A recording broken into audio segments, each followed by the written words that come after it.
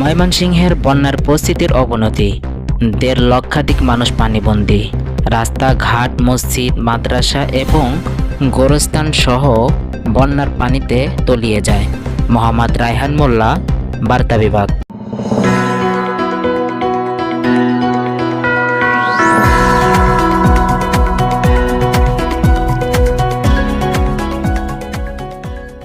ময়মনসিংহের হালুয়াঘাট, ধোবাউড়া ও ফুলপুর উপজেলার বন্যার পরিস্থিতি অবনতি দেখা দিয়েছে।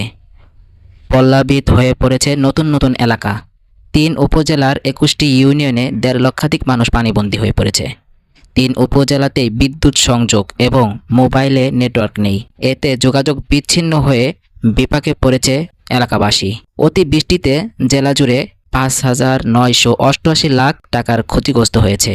রোববার ৬ আগস্ট বিকেলে এসব তথ্য নিশ্চিত করেছেন পুনর্বাসক কর্মকর্তা মোহাম্মদ সানোয়ার হোসেন। তিনি বলেন, উপজেলার মাধ্যমিক বিদ্যালয়গুলোতে আশ্রয় কেন্দ্র হিসেবে ঘোষণা করা হয়েছে। আশ্রয় কেন্দ্রেতে এখনও নারী, শিশুসহ ১.৫ শতাধিক মানুষ আশ্রয় নিয়েছে। ৩ উপজেলায় ৩০০ মেট্রিক টন খাদ্য সহায়তা দেওয়া হয়েছে। দুর্গতদের মাঝে ত্রাণ বিতরণ কার্যক্রম চলছে। এছাড়া রান্না করা খাবারও দেওয়া হয়েছে বন্যায় দুর্গতদের। তবে এখন পর্যন্ত কোনো হতাহতের খবর পাওয়া যায়নি। দেখতে থাকুন ভিডিও চিত্রে। অতিবৃষ্টি ও উজানের পাহাড়ি ঢলে ফুলপুর উপজেলার কংস ও মালিঝি নদীর পানি বৃদ্ধি পেয়েছে। প্লাবিত হয়েছে নিম্নাঞ্চল। উপজেলা কৃষি অফিসের তথ্যানুসারে ২,১৯৮ হেক্টর আমন ধানের জমি ও ৭০ হেক্টর শাকসবজির জমি প্লাবিত হয়েছে। পরিস্থিতি পর্যবেক্ষণে আজ শনিবার উপজেলা প্রশাসনের একটি টিম ভাটপাড়া, রাজঘাট, ধনারভিটা, পুটিয়া, মালিঝিকান্দা, কুটুরাকান্দা, সরচাপুর সহ বেশ কিছু এলাকা পরিদর্শন করে। এ সময় উপজেলা নির্বাহী কর্মকর্তা ABM আরিফুল ইসলাম ঝুঁকিপূর্ণ স্থানের বাসিন্দাদের সিংহেশ্বর উচ্চ বিদ্যালয়ে স্থাপিত আশ্রয় কেন্দ্রে যাওয়ার জন্য অনুরোধ করেন। সিংহেশ্বর উচ্চ বিদ্যালয়ে আপনাদের সেখানে গরু ছাগল রাখা থেকে শুরু করে সবকিছুরই ব্যবস্থা আছে। আপনারা জীবনের ঝুঁকি না নিয়ে আমাদের আশ্রয় কেন্দ্রে আপনারা আশ্রয় নেন। আমরা প্রশাসনিক ভাবে আপনাদের রাষ্ট্রের পক্ষে সব রকম ব্যবস্থা রাখবো। সিংহেশ্বর উচ্চ বিদ্যালয় ওখানে 3 তলা 4 তলা বিল্ডিং আছে, আমাদের সকল ব্যবস্থা আছে। আচ্ছা স্যার, আমি আপনারা প্রয়োজন মনে করবেন, এটা তো আপনার এখানে তো আমি মনে হচ্ছে এটা প্রয়োজন, আপনাদের এখন যাওয়া উচিত। আপনারা কেন যাচ্ছেন? আপনাদের নিয়ে যাব, চলেন। আচ্ছা আজাদ দিন দেখি গুরু যাদের বাড়ি ঝুঁকিপূর্ণ তাদেরকে সিংহেশ্বর উচ্চ বিদ্যালয়ে যাওয়ার জন্য অনুরোধ করা হলো। উপজেলা প্রশাসনের পক্ষ থেকে আপনাদের জন্য আশ্রয় কেন্দ্র খোলা হয়েছে।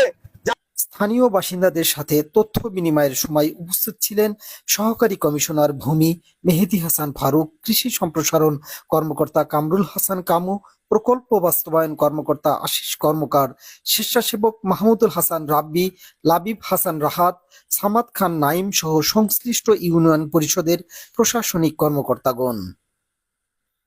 কিন্তু আপনাদের আগাম আমরা আসলাম, প্রস্তুতি নিচ্ছি আমরা। আপনাদের মানুষের যাতে সামান্যতম কষ্ট না হয়, জানমালের যেন ক্ষতি না হয়, এই জন্য সরকারের পক্ষে, রাষ্ট্রের পক্ষে জেলা প্রশাসন এবং উপজেলা প্রশাসন কাজ করছে। আমি এখানে আসছি, আমার সাথে এসিল্যান্ড আছে, আমাদের কৃষি সম্প্রসারণ, কারণ আপনাদের অনেকের কৃষির ক্ষতি হয়েছে। আমাদের প্রকল্প বাস্তবায়ন কর্মকর্তা আছে, তারা আমাদের যে প্রয়োজনগুলো আছে সেগুলো দেখবে। পাশাপাশি আমাদের এখানে ক্লিন সোসাইটির ওরা ইয়াং জেনারেশন যারা আছে, জেনারেশন জি, তারা এখানে উপস্থিত আছে, তারাও এখানে উল্লেখ, এবং আমাদের অন্যান্য কর্মকর্তা আছে, সাংবাদিক আছে। আমরা সকলে মিলে এসছি।